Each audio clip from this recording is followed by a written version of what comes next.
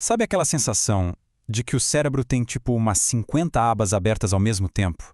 É uma música tocando no fundo, notificação pipocando, um pensamento atropelando o outro e no fim das contas a gente simplesmente não consegue focar em nada. Pois é, essa sensação de mente caótica, ela paralisa, né? A gente sente que precisa dar conta de tudo. E o que acontece? A gente acaba não fazendo nada. Se essa é a sua realidade hoje, olha, vamos encarar este nosso papo como um botão de pausa. E, olha, pode relaxar. A ideia aqui não é criar mais uma daquelas listas de tarefas gigantescas, tá? O que a gente vai fazer é seguir um protocolo bem simples, super gentil para a gente conseguir um alívio para esse peso todo, ainda hoje. Então, vamos lá, começando pelo diagnóstico. E talvez este seja o ponto mais importante. Entender que uma mente caótica não tem nada a ver com falha de caráter ou falta de capacidade, ok? Na verdade, o que acontece é que a gente está tentando carregar informação demais de uma só vez. Pensa bem, é trabalho, casa, boleto para pagar, mensagem para responder, decisões, expectativas dos outros. É muita coisa. O cérebro simplesmente, puf, entra em modo de sobrevivência. E o resultado dessa sobrecarga, claro, não é mais produtividade. Pelo contrário, vira um ciclo vicioso de ansiedade, que leva direto para a procrastinação e, no final da linha, a exaustão total. Então, já que a gente sabe que essa sobrecarga nos coloca nesse modo de sobrevivência, o primeiro passo, e isso é crucial, não é sair organizando tarefas, é avisar o nosso corpo de que ele está seguro. Pensa comigo. Não adianta nada tentar planejar o dia se o corpo continua em estado de alerta máximo.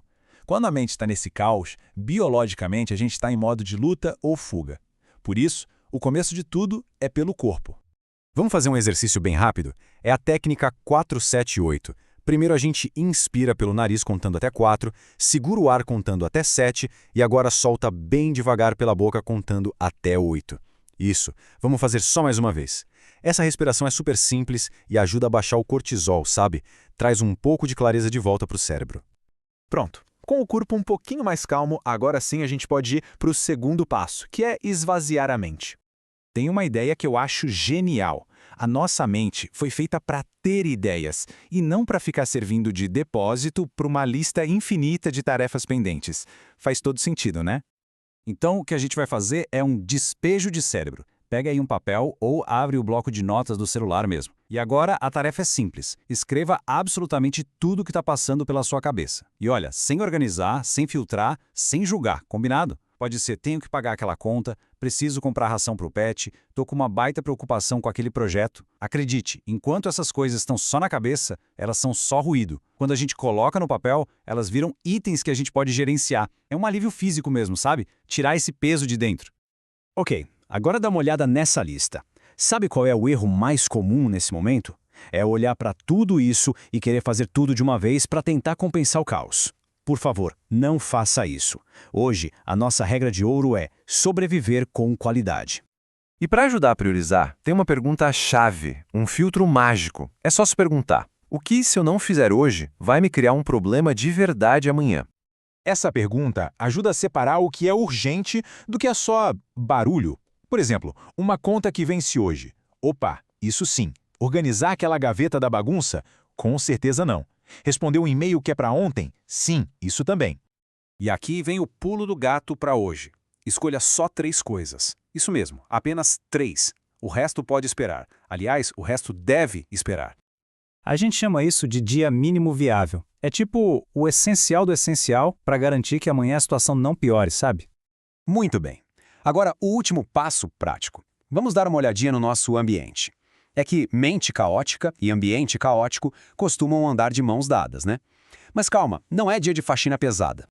A proposta é uma arrumação de 5, no máximo 10 minutos. Pega tudo que não pertence ao cômodo onde você está agora e leva para o lugar certo. Sabe, aquele copo que ficou na sala vai para a cozinha, o casaco jogado na cadeira volta para o quarto.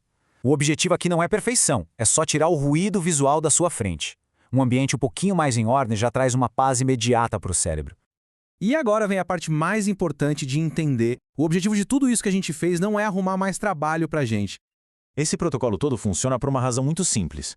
O nosso cérebro não procrastina por preguiça. Ele procrastina porque está sobrecarregado. Então, quando a gente respira, escreve, escolhe o mínimo e diminui o barulho de fora, A gente tira o cérebro daquele modo caos e traz ele de volta para o modo de decisão. Então, se tem uma coisa que precisa ficar clara depois da nossa conversa é o seguinte: o problema não é desorganização. O problema é cansaço, é exaustão. E perceber isso muda completamente o jeito da gente lidar com a situação. Porque vamos combinar, quando a mente está nesse caos, a prioridade não pode ser produzir mais. De jeito nenhum. A prioridade tem que ser criar espaço. E se hoje só der para fazer o mínimo, tá ótimo. Isso já é um ato de cuidado. Isso é o que a gente chama de produtividade gentil. Então, fica aqui uma reflexão final. E se o maior ato de produtividade do dia não for ticar um item da lista, mas simplesmente parar e respirar fundo?